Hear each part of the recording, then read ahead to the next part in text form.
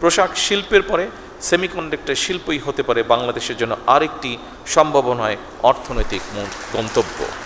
উপস্থিত সকল সম্মানিত সুধীবৃন্দ, আজকের এই সামিটে আমি আবারও নিশ্চিত করতে চাই আপনাদের কাছে, বর্তমান সরকার ইতিমধ্যে সেমিকন্ডাক্টর শিল্পের জন্য ব্যবসা বান্ধব তৈরিতে, পরিবেশ তৈরিতে সর্বাত্মক পরিকল্পনার বাস্তবায়নের কাজ শুরু করেছে।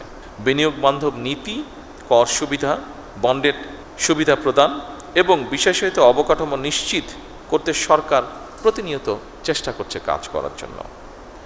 বিদ্যমান যে সকল হাইটেক পার্ক আছে এগুলোকে আধুনিকরণের পাশাপাশি একটি বায়োটেক পার্ক নির্মাণেরও পরিকল্পনা আমরা করছি।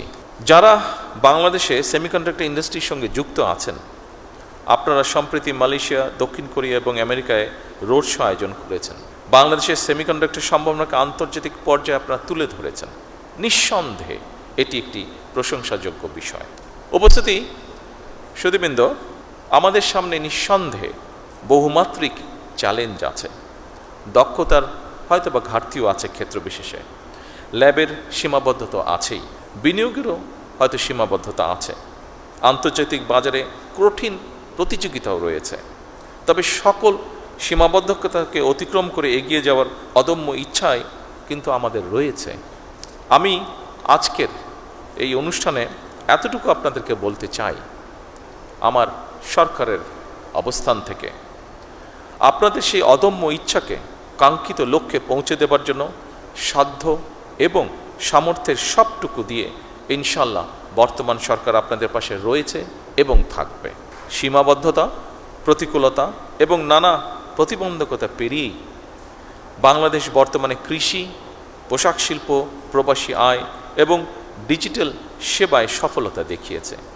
আমাদের মেধাবী, তারুণ্য, দক্ষ এবং উদ্যমী জনশক্তির উদ্ভাবনী শক্তির উপরে ভর করে পোশাক শিল্পের পরে, যেটি আমি দৃঢ়ভাবে বিশ্বাস করি, পোশাক শিল্পের পরে সেমিকন্ডাক্টর শিল্পই হতে পারে বাংলাদেশের জন্য আরেকটি সম্ভাবনায় অর্থনৈতিক গন্তব্য।